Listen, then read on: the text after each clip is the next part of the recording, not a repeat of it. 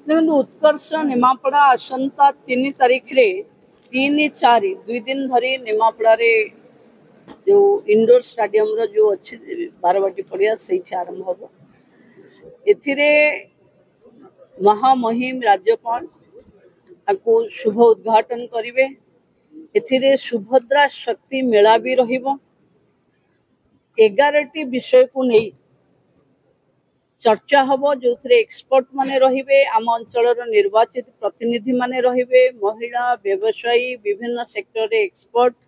आमे आम निमापड़ा को उत्कर्षतार कौ सीमार देखा चाहूँ।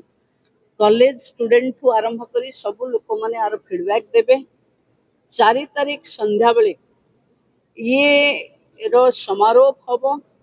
समारोह रे विधायिका हिसाब रे वर्षे पुरुथिबा कारणरू साधारण जनता को तांकर हिसाब भी दबा को मते अच्छी मो रिपोर्ट कार्ड भी देबी एवं जो माने विभिन्न सेक्टर रे पार्टिसिपेट करिथिबे सेमान को भी हमें पुरस्कृत करिमा। माननीय महामहिम राज्यपाल उपस्थित रे आम अंचल रे किछि विशिष्ट व्यक्ति मान को प्रथम दिन भी सम्मानित करा।